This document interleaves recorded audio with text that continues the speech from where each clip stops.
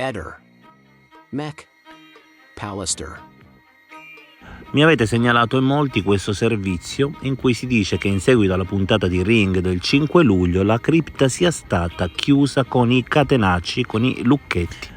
Ma molti di voi si ricorderanno invece un video che misi io circa 2 mesi fa dove già si vedevano i lucchetti e che alla cripta non era più possibile accedere. Adesso prego la regia di mandare in onda un video di febbraio 2023, 5 mesi fa.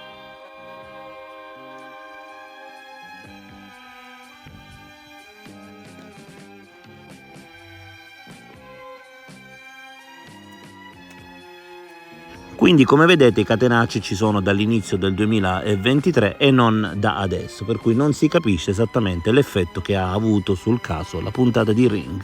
Ehi, non dimenticare di iscriverti a questo canale.